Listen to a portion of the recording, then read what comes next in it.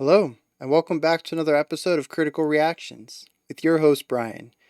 We're going to wrap up today with a special selection. That's where one of you tell me exactly what I need to be checking out. Today's special selection comes at us from Paul. It says Deerhoof, Jagged Fruit. That's what we're going to be looking at today. I've never heard of Deerhoof before. I don't even have a reference for genre or anything like that, so we're going into this one completely inexperienced, ready for anything. Let's go.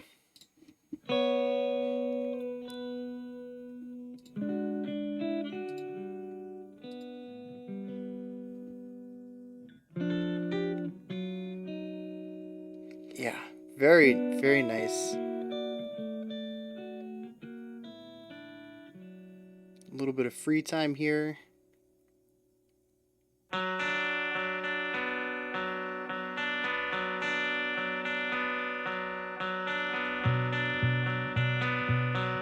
Thinking about the boy who sings yesterday, talking about good things. Yeah, so assuming these are quarter notes, we have a 12-bar phrase.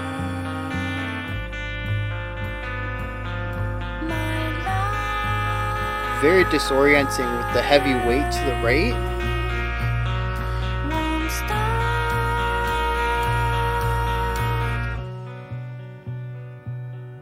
Hating you and everyone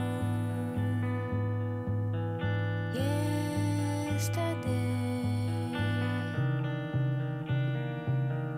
liking you and everyone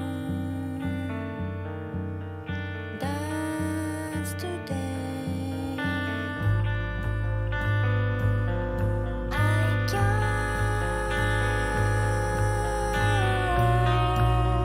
Very nice.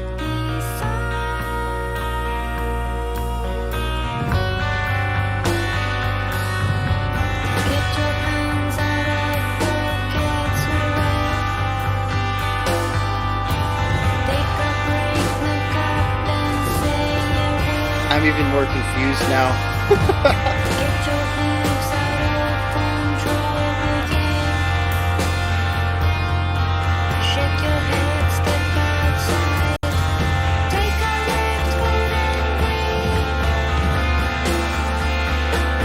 So the left guitar is dictating 4 beat bars. It says we're in 4 3-bar phrases. But it's the outlier. Everything else is all over the place. Ooh.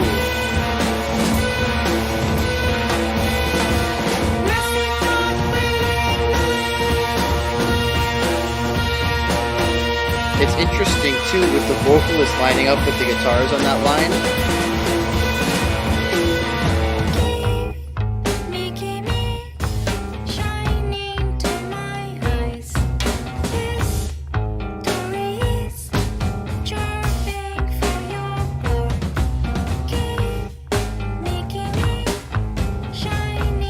And the right pan guitar is harmonizing with the vocals while the left one is doing its own thing, creating a very sparse atmosphere.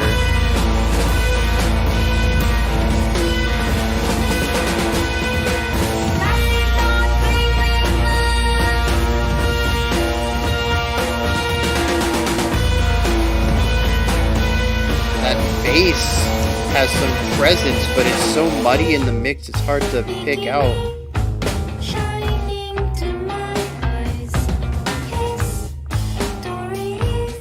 And the right guitar, they've switched up the mix entirely. The right guitar is gone and replaced with a right pan vocal.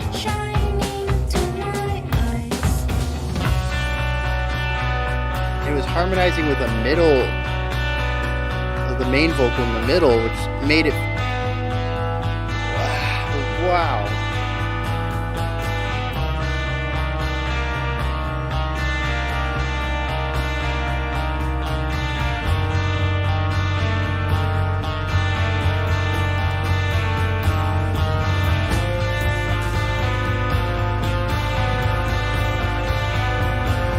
even hear where the guitars are lining up occasionally rhythmically.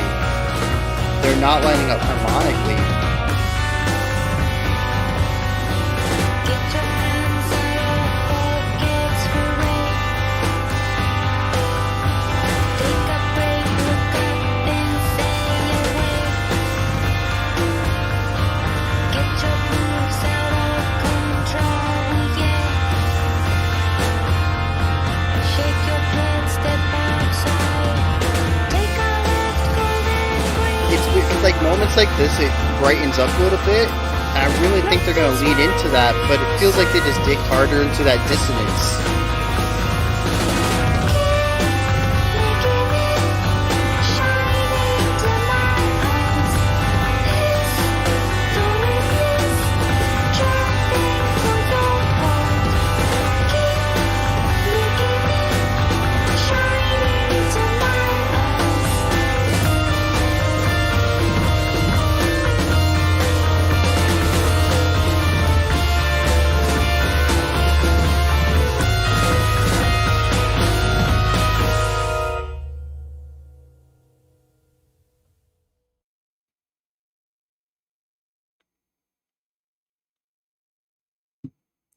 There's just so much dissonance.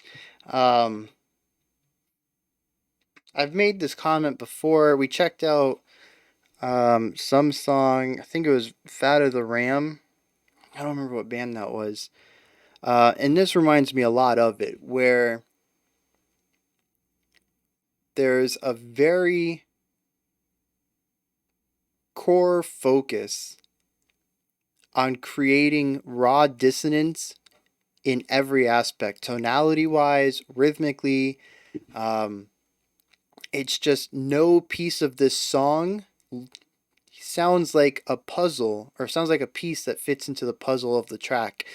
It feels like there's so many different ideas that are brought together here that it's so different from, the rest of this week we've checked out Slice the Cake's Castle in the Sky, and I've talked about how precise that band is at creating space for all their instruments and creating a heavily layered, compact, very filled song, and ensuring that the end result is that it's not muddy and that everything kind of fits into place. And it's like seeing a bunch of puzzle pieces coming together to form, a puzzle.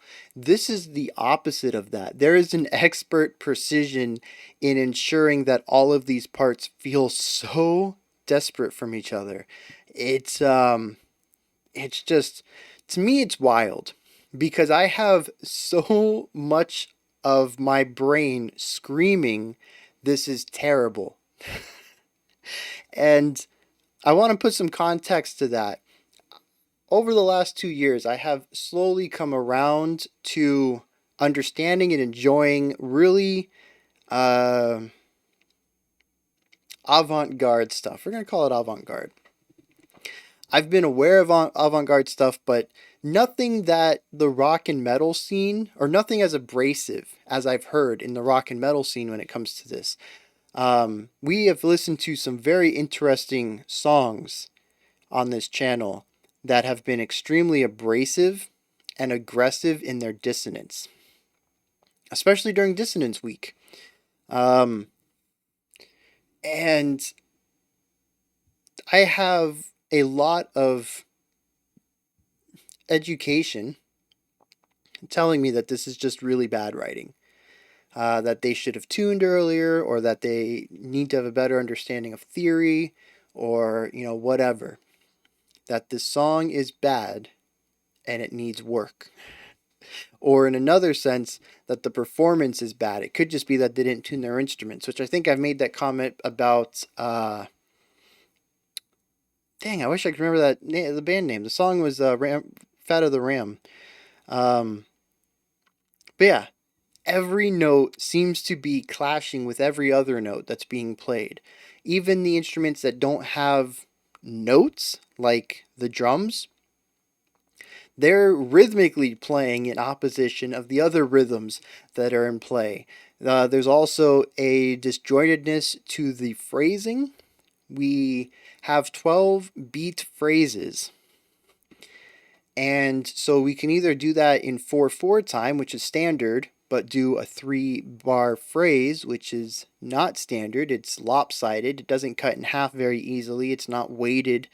Um, it's just, it never feels normal. It's like 3/4. It feels like it should be just a hair bit longer. You're missing an aspect. Having irregular or odd phrasing to your bar number of bars in your phrase is you get a very similar effect on a larger scale as a odd number in your time signature, which is going to give you the hiccup or the extension effect more frequently, I should say. Or it could be in 3/4, which is going to be irregular because we're missing one beat per bar, but you'll actually get a 4-bar phrase out of that, which is going to feel more natural on the larger scale. And the more I listened to the instruments trying to figure out which one it actually is, I could not get an answer. The more I listened, the less of an answer I got. There is a moment in the chorus where the left pan guitar, plays in 4/4.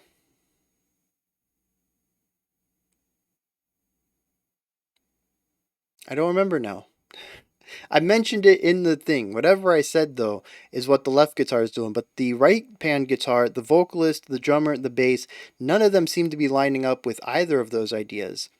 So either everybody's playing in drastically different rhythmic ideas, or the time signature is actually something more bizarre.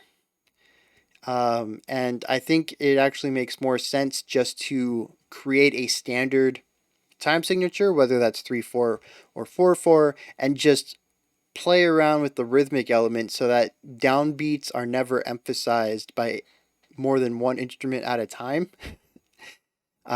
And the downbeat is emphasized by different instruments every time. And I think they also played around with the idea of some instruments emphasizing a downbeat in 3 and some instruments emphasizing a downbeat in 4, just to add to the meter confusion. Now, the interesting thing is, with all of this dissonance going on rhythmically, dissonance harmonically, my brain wants to hear all of this more harmoniously, and I swear it tried to translate it into stuff that sounded less dissonant, where maybe the note distances, note relationships were not creating as much dissonance and tension. They were actually lining up better, becoming more harmonious. And in doing so, I can envision a song that is less abrasive, more traditionally beautiful. So underneath this surface level of tension and dissonance and chaos, I actually hear a lot of really cool ideas in here. There are multiple sections that run with dual melody lines, introducing some counterpoint. There's some really interesting ideas of having two guitars doing completely different things, but every once in a while lining back up, and maybe the third and fourth beat of every bar 3 in a 4-bar phrase, they're harmonizing with each other. And then they go back to doing their own thing, and then they slide back together and they line up again, and then they drift apart. Sort of like, I don't know, a tightly orchestrated round, but not utilizing the same ideas. It's not a round at all. Nope, never mind. I take that back. I don't know. It's like, it's interesting. Two melody lines that are doing their own thing. However, two specific beats out of their melodic passage are harmonized. They're identical to each other with varying notes to create melody rather than playing the same note. Create harmony rather than playing the same note. And it's so interesting because there are times when I'm like, yeah, these guitars are just, a million meters apart from each other. They're not doing anything similar. They might as well be playing two different songs. And then they line up, and I'm like, wait, that was cool. And then they separate again. I'm like, well, now they're back to doing their own thing.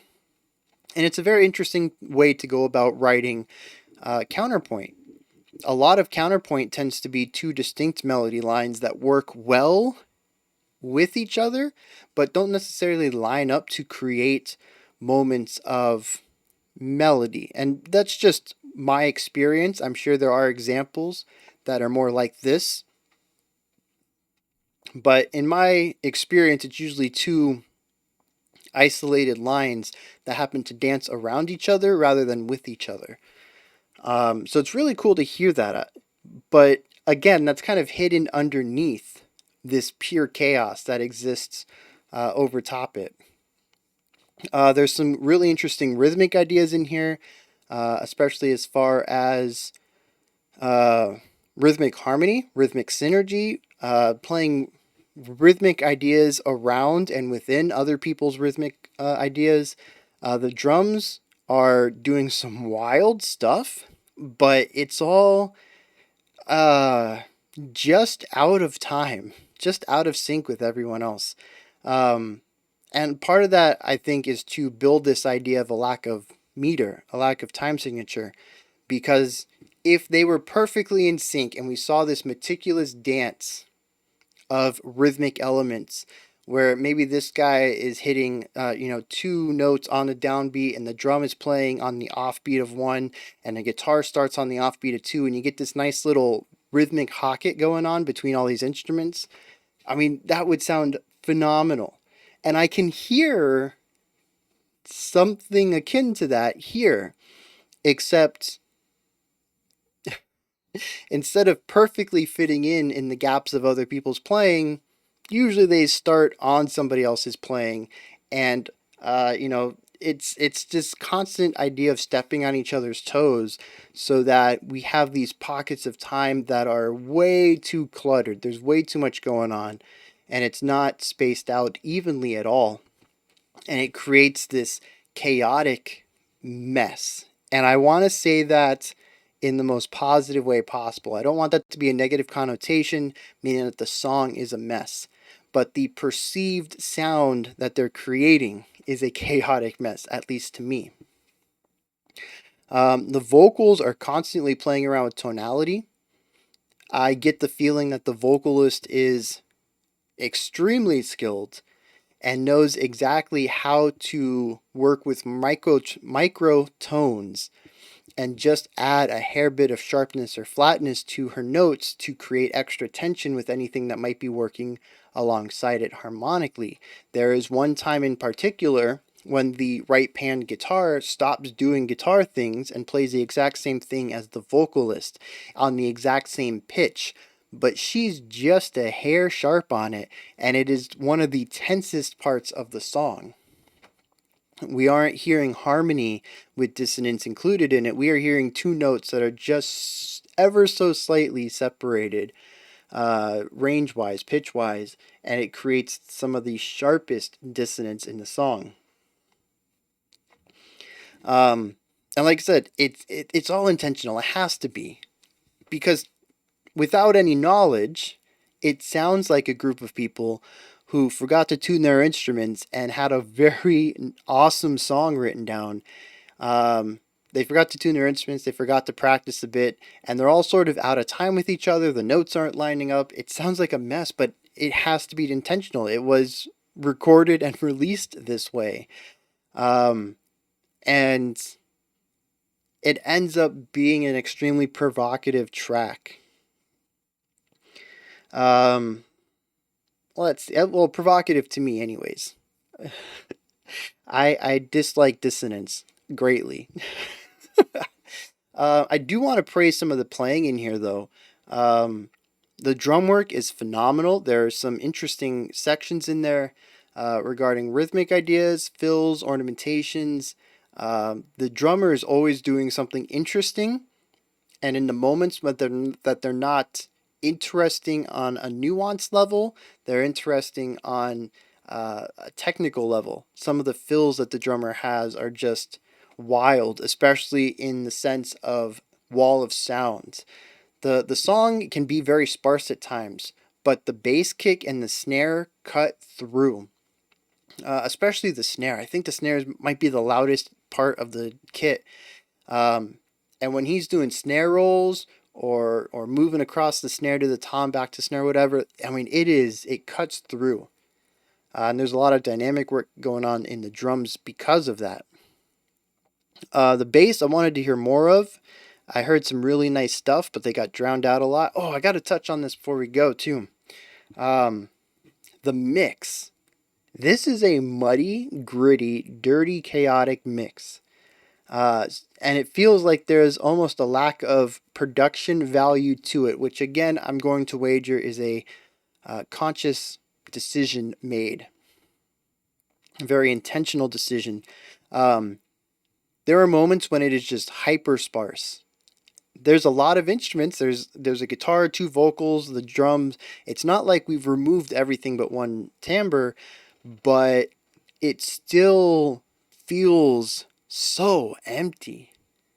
And I've mentioned before, I'm not an audio guy. I don't know how to go about making some of these soundscapes and environments that they do, but it blows my mind how there can be almost the full band playing, and yet it feels like an empty room with these people, with their amps tuned down or the vocalist not even having a microphone. And there's just all this empty space in the sound sphere. I don't know if anybody else hears that. But then there's these other moments when the sound is explosive. And I don't think any of it is from the instruments themselves or the volume they're producing, how much air is being put behind the vocalist or any of that. I think it is all production, and it's wild how it continues to vary throughout. The panning is another strange thing. Everything seems pretty standard. Two guitars, one pan left and right, center vocal, center bass, center drums. Pretty standard setup. Once I've started listening more and more to panning, I'm hearing this idea all the time. This seems to be a very modern way to space out your instruments. But it changes. Sometimes the left guitar slowly pans a little bit more center, so instead of something like 75%, it's more like 30% panning. The right guitar got completely replaced with a right vocal that was not the same volume level as the center vocal. They were harmonizing, but it felt like super weighted. It felt like I needed to fall to the left. There just wasn't enough oomph on the right side anymore. The bass volume seemed to be going up and down. Sometimes it was audible. Other times it was completely hidden. I don't know. This is one of those songs, we've had a few of them on the channel before, that I can appreciate from an artistic point of view. I appreciate that they've gone out of their way to go against the status quo of music and to say, no, we're not going for anything harmonious or, in time with each other, or, anything that's blocked into place. We're going for chaos in every aspect. We want music we want rhythmic we want rhythmic disjointedness. We want harmonic dissonance. We want parts that don't even feel like they're part of the song to be in here. We don't want the song to feel cohesive at all. And in that, I have to applaud them. Fantastic job. They have a goal. They set out to do it, and I think they executed that phenomenally. I could not do this. For one, I would not be able to mix and master this. I'd barely be able to write it, much less would I want to hear it back 100 times while I tweak the audio. I'm not a dissonance person. It's okay in pockets as a little tool to spice things up. I would never use it as my primary musical ingredient. So I have to give them props just for making it. But also just for going against the status quo and saying, we're going to do what we want to do. I have to give them props for that as well. But I do not get the song. I don't. I think it would have made a little bit more sense to me if it had harsh vocals in it, just to say, hey, there's another level of dissonance. But the sort of cutesy female vocal thing, I feel like it grinded against it, even though it also sort of amplified it because she was also, just a hair bit playing around with the tonality of it. So maybe I take that back. Maybe that works really well, actually. I don't know. I really don't know how to go about talking about songs that decide to break every rule of theory and of traditionally strong music composition. One, it's just something I don't have a lot of experience with. But two, I tend to relate musical choices with themes. So maybe if I picked up the lyrics, I could see that there's disjointedness or chaos or something in the lyrical themes and be like, okay, I see an artistic direction towards this. The song is about being lost or whatever, and the music also has this feeling of disjointedness and dissonance and chaos. But it doesn't even have to be like that. And I kind of feel like there's a strong chance that the lyrics are not going to tie into the musical themes here, just because I kind of feel like that's what the band is. Um, and at that point, all I can do is appreciate that it exists, but I typically have a hard time grasping music like this, especially when it does it just for the sake of doing it, which again I can appreciate on an artistic level, but I'm not going to enjoy it casually, and that's where I'm at with this one. I think it's an interesting idea. I'm glad I've listened to it. It's opened my mind to some new ideas. I think there's some cool things going on in here, but it is not for me. This is where you guys come in though. Hit me up in the comments. Let me know if you enjoyed this or not. Anything that stuck out to you. Anything that you thought I should have touched on. Maybe you noticed and I didn't talk about it all. Let me know. Who is this? Who? Paul? No, not Paul. Yeah, Paul. Paul, man. If you're watching, please let me know why you suggested this one. I'm interested if it was just to see my reaction or if you have a soft spot for this song, you really enjoy it. I would love to get your point of view on it.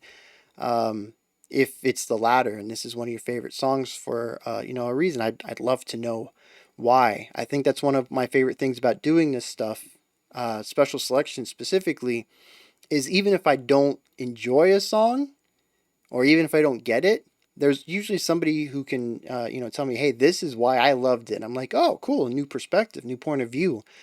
And that helps me learn about why people listen to music and stuff. And I think that's awesome. When you're done commenting, you can head up to the description box. There's a link in there for a Linktree, which is a menu with everything related to the channel. Twitter, Patreon, Discord, email, whatever. It's all in there. And more.